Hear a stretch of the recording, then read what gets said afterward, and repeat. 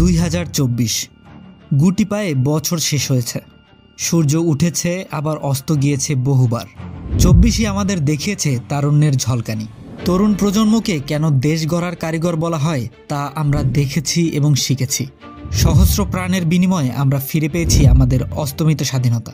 কিন্তু 8-10টা সাধারণ ঘটনার মতো আমরা কি ভুলতে বসেছি সেই আত্মত্যাগের কথা?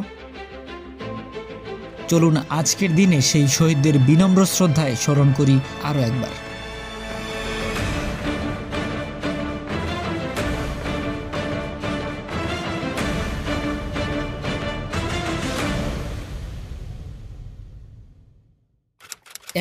জানুয়ারি 2018 সরকারি চাকরিতে দীর্ঘ 46 বছর যাবৎ চলতে থাকা কোটা প্রথার পুনর্মূল্যায়ন চেয়ে ঢাকা বিশ্ববিদ্যালয়ের এক ছাত্র ও 2 সাংবাদিক রিট দায়ের করে। শুরু হয় কোটা ব্যবস্থা সংস্কারের পক্ষে বিপক্ষে বিক্ষোভ। পরে 11 এপ্রিল জাতীয় সংসদে কোটা বাতিলের ঘোষণা দেন তৎকালীন প্রধানমন্ত্রী শেখ হাসিনা এবং 4 অক্টোবর কোটা প্রথা বাতিল প্রসঙ্গে সরকারের পরিপত্র জারি হয়। এরপর 2021 সালে এই পরিপত্র বাতিল চেয়ে কয়েকজন মুক্তিযোদ্ধার সন্তান রিট দায়ের করেন। এক দীর্ঘ প্রতীক্ষার পর 5 জুন 2024 সরকারি দপ্তর, স্বায়ত্তশাসিত ও আধা স্বায়ত্তশাসিত প্রতিষ্ঠান এবং বিভিন্ন কর্পোরেশনের চাকরিতে সরকারি নিয়োগের ক্ষেত্রে মুক্তিযোদ্ধা কোটা বাতিলের পরিপত্র অবৈধ ঘোষণা করে রায় দেয় হাইকোর্ট। ঘটনার প্রতিউত্তরস্বরূপ 6 জুন এবং 9 জুন আদালতের দেওয়ার রায় বাতিলের দাবিতে প্রথমে ঢাকা বিশ্ববিদ্যালয় এবং পরে একে একে চট্টগ্রাম এবং বরিশাল বিশ্ববিদ্যালয়ের শিক্ষার্থীরাও বিক্ষোভ কর্মসূচি পালন করে। দাবি মানতে সরকারকে 30 জুন পর্যন্ত সময় নির্ধারণ করে দেওয়া হয় এবং 4 জুলাইয়ের মধ্যে দাবির বিষয়ে চূড়ান্ত সুরাহার আহ্বান জানানো হয়। কিন্তু প্রধান বিচারপতি ওবায়দুল হাসানের নেতৃত্বাধীন 6 সদস্যের আপিল বিভাগ থেকে আওয়াজ আসে নট টুডে, শুনানি হবে পরের সপ্তাহে। এই দিন ছাত্র সমাবেশ থেকে ছাত্র ধর্মঘটের ডাক দেওয়া হয়। 6 জুলাই থেকে শুরু হয় বাংলা ব্লকেট।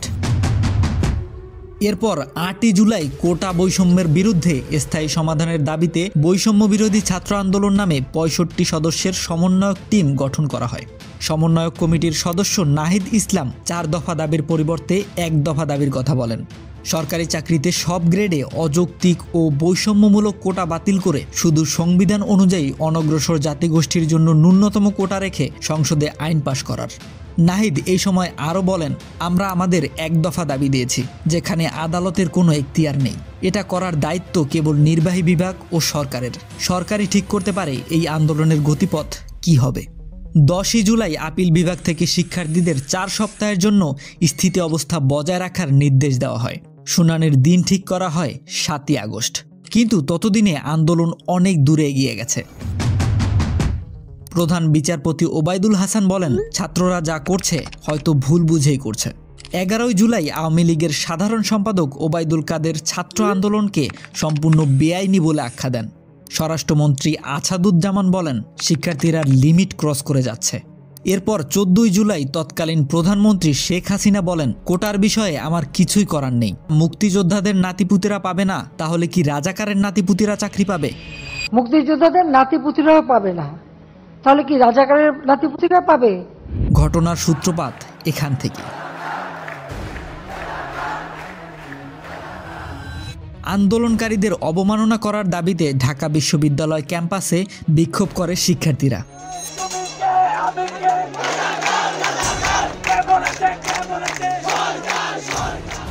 এই দিনই চট্টগ্রাম বিশ্ববিদ্যালয়ের শিক্ষার্থীদের উপর রাতের অন্ধকারে হামলা চালায় ছাত্রলীগ। ঢাকা বিশ্ববিদ্যালয় ক্যাম্পাসে তখন স্লোগান ওঠে, চেয়েছিলাম অধিকার, হয়ে গেলাম রাজাকার।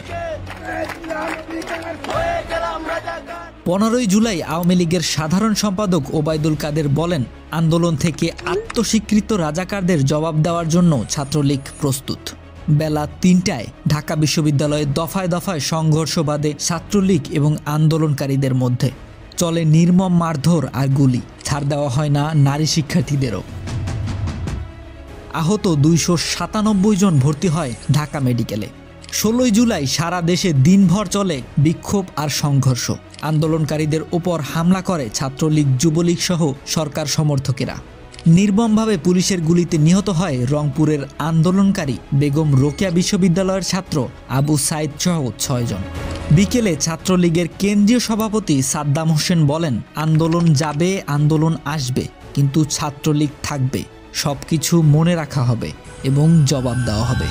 17 জুলাই ঢাকা বিশ্ববিদ্যালয় সহ দেশের বিভিন্ন বিশ্ববিদ্যালয় থেকে ছাত্রলীগ নেতাকর্মীদের বিতরণ করে রাজনীতিমুক্ত ঘোষণা করা হয়। পুলিশের টিয়ার সেল আর সাউন্ড গ্রেনেডের মুখে ঢাকা বিশ্ববিদ্যালয়ের শিক্ষার্থীদের কফিন মিছিল পণ্ড হয়ে যায়। 18 জুলাই শহীদদের কাতারে নাম যোগ হয় মুগ্ধর। নিহত হয় আরও 41 জন। শিক্ষার্থীদের শান্তিপূর্ণ আন্দোলনে পুলিশ, বিজিবি, র্যাব এবং সোয়াটের ন্যাক্কারজনক হামলায় আহত হয় আরও 1,500-এর মতো শিক্ষার্থী। 19 জুলাই থেকে শিক্ষার্থীদের সাথে মাঠে নামেন সাধারণ জনগণ। সারা দেশে হত্যা হয় 75 জনের। ছাত্রদের পক্ষ থেকে তখন 9 দফা দাবি তোলা হয়। আন্দোলনকারীরা জানায় দাবি না মানা পর্যন্ত চলবে শাটডাউন। সেদিন রাতে সারা দেশে কারফিউ জারি করে সরকার, আর ইন্টারনেট সেবা সম্পূর্ণ বন্ধ। 20 জুলাই স্বরাষ্ট্রমন্ত্রী বলেন, পরিস্থিতি স্বাভাবিক না হওয়া পর্যন্ত কারফিউ চলবে, এবং এই দিনই তুলে নেওয়া হয় সমন্বয়ক নাহিদ ইসলাম সহ প্রথম সারির কয়েকজন সমন্বয়ককে। এরপর 21 জুলাই মোট 93% মেধার ভিত্তিতে সুপ্রিম কোর্টের রায় দেওয়া হয়। তবে প্রধান বিচারপতি ওবায়দুল হাসানের নেতৃত্বাধীন 7 সদস্যের আপিল বিভাগ থেকে বলা হয়, এই নির্দেশনা ও আদেশ সত্ত্বেও সরকার প্রয়োজনে এবং সার্বিক বিবেচনায় নির্ধারিত কোটা বাতিল, সংশোধন বা সংস্কার করতে পারবে। তখন সমন্বয়কদের তরফ থেকে সরকারের এই চালে পা না দিয়ে কমপ্লিট শাটডাউন কর্মসূচি আরও জোরদার করার আহ্বান জানানো হয় এবং 48 ঘন্টা সময়ের মধ্যে 4 দফা দাবি পূরণের জন্য আহ্বান করা হয়। 24 জুলাই কোটা আন্দোলনের অন্যতম সমন্বয়ক আসিফ মাহমুদ, আবু বাকের মজুমদার ও রিফাত রশিদের খোঁজ পাওয়া যায়।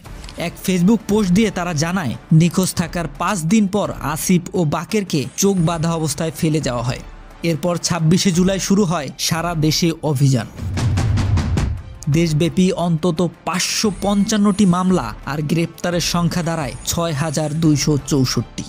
ব্যক্তিগত নিরাপত্তার বাহানায় সার্জিস আলম, হাসনাত আবদুল্লাহ, এমনকি সমন্বয়ক নুসরাত তাবাসসুমকেও হেফাজতে নেয় ডিবি।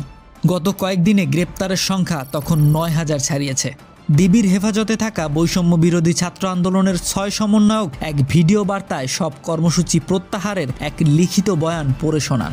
আমাদের প্রধান দাবি ছিল কোটার যৌক্তিক সংস্কার, যা ইতিমধ্যে সরকার পূরণ করেছেন। সার্বিক স্বার্থে আমরা এই মুহূর্তে থেকে আমাদের কর্মসূচি প্রত্যাহার করছি। এবং টানা 10 দিন পর মোবাইল ইন্টারনেট সচল করে দেওয়া হয়। কিন্তু এই বয়ানের সত্যতা যে কতটা, তা ওই দিন রাতেই খোলসা হয়ে যায়। আন্দোলনের আরেক সমন্বয়ক মাহিন সরকার জানান, জোর করে অস্ত্রের মুখে ডিবি অফিসে 6 সমন্বয়কের ভিডিও বিবৃতি নেওয়া হয়েছে। ডিবি অফিস কখনোই ছাত্রদের সংবাদ সম্মেলনের জায়গা নয়। এর পরদিন 29 জুলাই সমন্বয়কদের মুক্তির দাবিতে সারা দেশে আন্দোলনকারীদের ঢল নামে। দেশের কানায় কানায় ছাত্রদের ওপর চলে পুলিশ আর ছাত্রলীগের হামলা। ছাত্রদের সাথে যোগ দেন শিক্ষকরাও। সরকার সারা দেশে রাষ্ট্রীয় শোক পালনের সিদ্ধান্ত নেয়। এরপর 30 তারিখ সোশ্যাল মিডিয়ায় ছাত্রদের প্রোফাইল প্রতিবাদের লাল রঙে রাঙায়। ঢাকার রাস্তায় ঢল নামে ছাত্রদের। অবিরাম পায়ে চলে সর্বস্তরের ছাত্রদের মার্চ ফর জাস্টিস। 4 আগস্ট রাজধানী ঢাকায় শুরু হয় অসহযোগ আন্দোলন।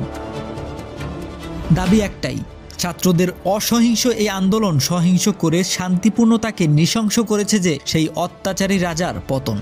একে একে সরকারের নেওয়া প্রতিটি পদক্ষেপকে ব্যর্থ করে অবশেষে আসে 5 আগস্ট।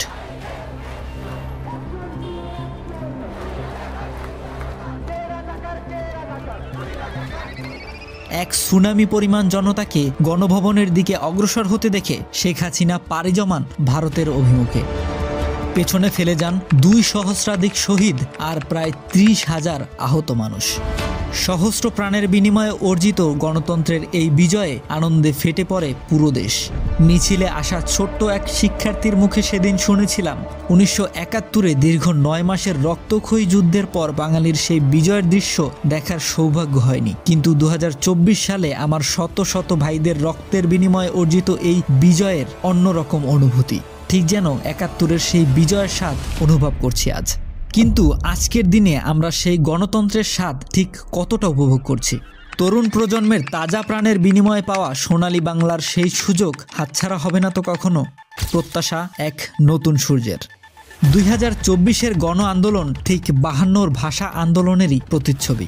তাই জুলাই বিপ্লবে অংশগ্রহণকারী প্রত্যেক যোদ্ধা এবং শহীদদের প্রতি আমাদের বিনম্র শ্রদ্ধা। আমরা তোমাদের ভুলব না। আজকের ভিডিওতে জুলাই বিপ্লবের পুরো ঘটনা তুলে ধরার চেষ্টা করেছি। ভিডিওটি ভালো লাগলে অবশ্যই শেয়ার করবেন বন্ধুদের সাথে।